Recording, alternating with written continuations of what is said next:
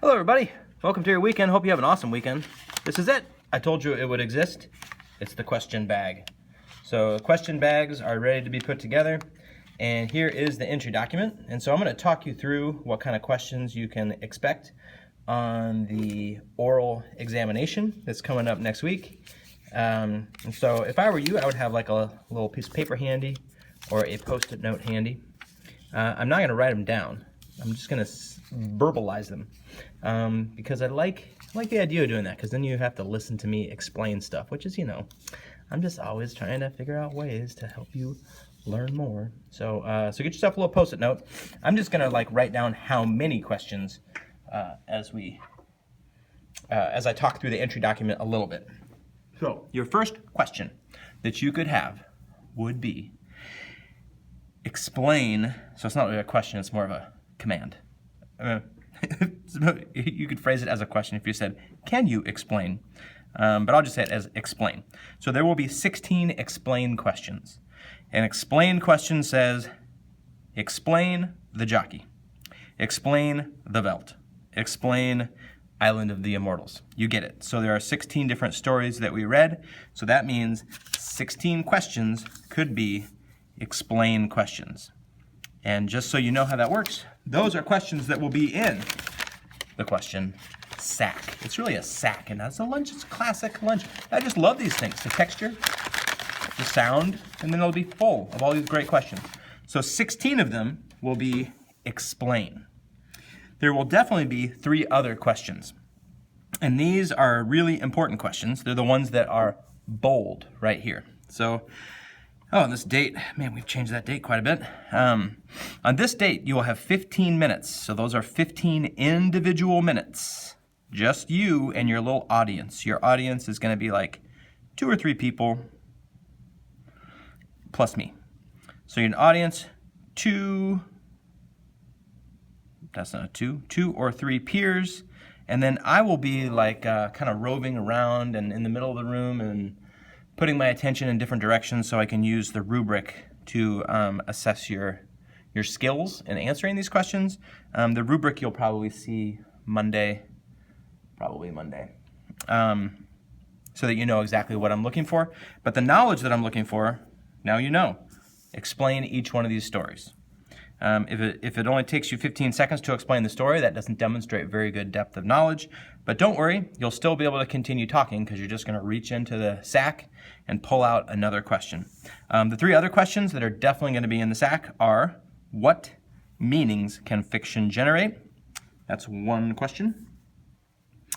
How does fiction work? That's question number 2. And why does fiction matter?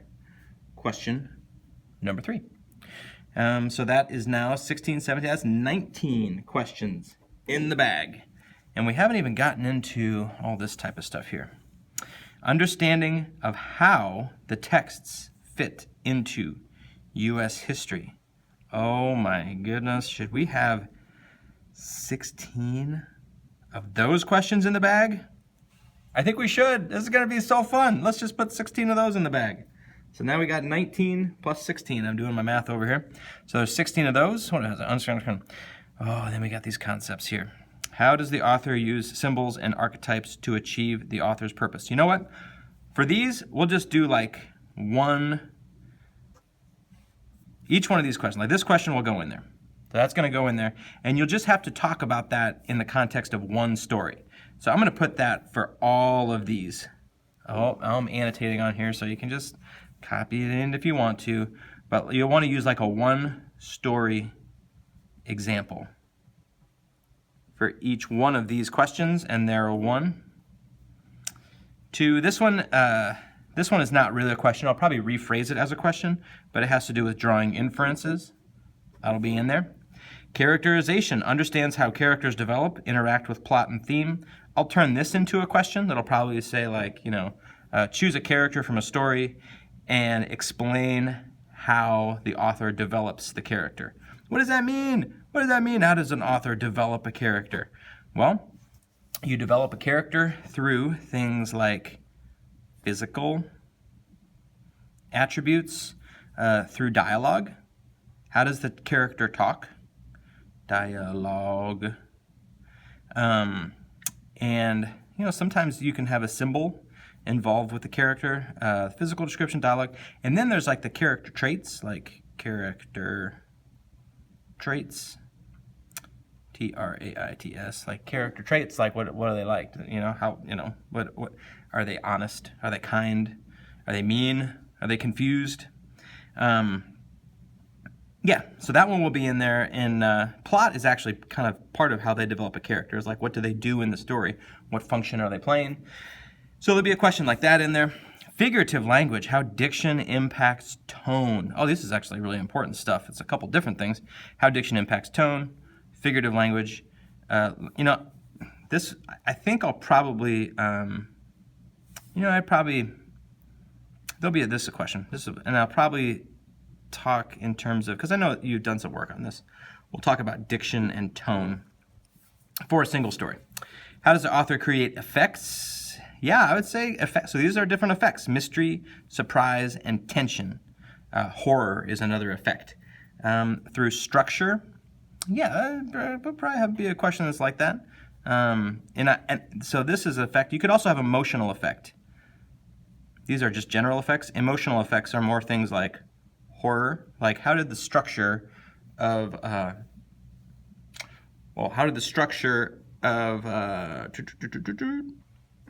where is it? An occurrence at Owl Creek Bridge create suspense? Or surprise. Or maybe you had an emotional effect at the end where you felt like very disappointed and devastated that this guy, that the happy life that he seemed to find at the end was not ever going to materialize. Maybe you felt that way. I did. Somewhat, even though he was a, you know, he was, well, anyway. So, yep, there's that one. Determining the theme. Oh, this is a good one. There's got to be one of these. Central idea. Yeah, so talk about the theme in a story will be one. How does the author use literary devices to manipulate the reader? You know, that one's not going to be in there. We'll get rid of that one.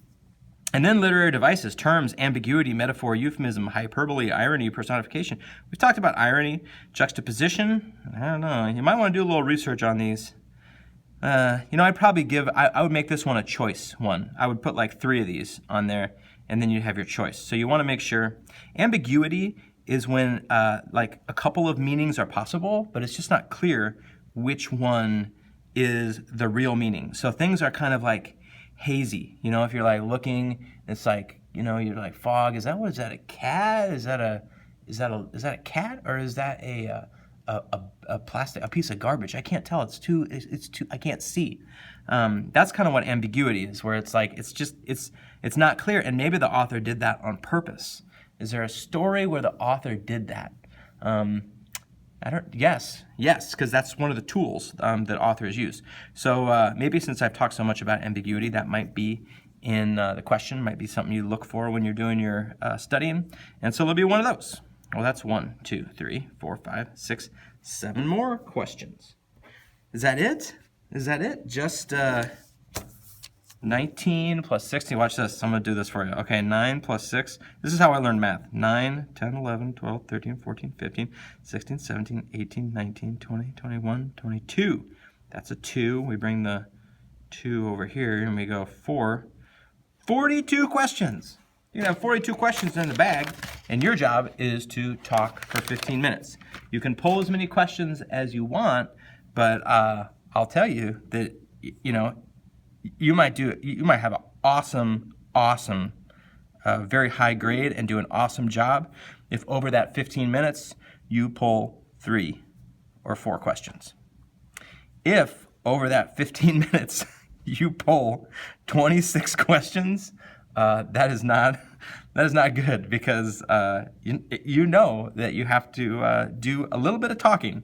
You have to do a little bit of talking and describing to get that depth of knowledge that we're looking for. That's depth, of knowledge. D-O-K is what you're looking for. So if you only pick one question, if you pick like the first question and it's what meanings can fiction generate, and you talk for 15 minutes, you have probably got a great score. Because what you're going to be doing is you're going to say, what meanings can fiction generate? Well, in examining the 14 stories that we examined, it could be determined that you can generate a lot of possible meanings. And not just meanings, but also feelings. Are feelings actually a part of meaning? Probably. If an author intends that I laugh, and I laugh, that means that he achieved his intended meaning, or she achieved her intended meaning. If I'm supposed to be horrified, and I end up horrified, so what you might end up doing is just talking from memory extemporaneously about all 14 of these stories and the different meanings. I mean, how different is the meaning in here compared to something like Paul's case? You know, Paul's case is a deep study into character and like personality. It's almost like a psychological profile that's trying to build an understanding of this young man that nobody seemed to understand in his life. And that's probably why the story ended with the unfortunate consequence that it ended, is nobody got to understand him. But Willa Cather, in inventing that character, gave us a view into who he was. That's how so that's like the meaning that she's going for. And then something like the end of something, which is like, what's the meaning there? It's much less like, this is very dramatic. This is a high drama meaning. This one's very quiet. And then we're into this like looking at the past in a strange way. So I think I just talked for about, 4 or 5 minutes about that question. What meanings can fiction generate? How does fiction work? Well, how does it work? Well, you've got structure, you've got characters, you have plot, and different authors make different choices in how to use all those tools. Some writers, like Edgar Allan Poe, is really heavy in establishing the setting and describing in intimate, over the top detail, like what someone's feeling, where they're standing, what are they looking at, what is the going up the stairs, what do the stairs sound like, and he turns his head and what does he see, like an old statue, and what does the old statue represent, all that kind of stuff. Or somebody who moves a lot faster, like Ernest Hemingway, who leaves a ton of stuff out. And so, he'll say, Poe would say like, the sun was so slowly melting into the horizon at the end of the day, as the temperature dropped from 75 degrees to 64 degrees. You could hear the sounds of nature encroaching into their very minds, into their very awareness, as the two young people sat together for the last time. Their knees were facing 45 degrees out. They were, in this moment, unsure of what was about to unfold, etc., etc. Poe would do that. Same story, the end of something, Ernest Hemingway, 2 young people sat in a boat. Bam! That's his. So how does that fiction work? Well, the author has control over what elements, how is it going to be structured, flashbacks, flash forwards, all that kind of stuff. Why does it matter? If I pulled this question out of there, I would probably talk about the story that meant the most to me. And if you could talk about your emotional and intellectual investment into that story and what you were able to pull from that story, that would be a beautiful thing that you could talk about for 5, 6, 10, 15, 35 minutes. But you're only going for 15 minutes. That's it. Those are the 42 questions. Thanks for listening. Have an awesome weekend.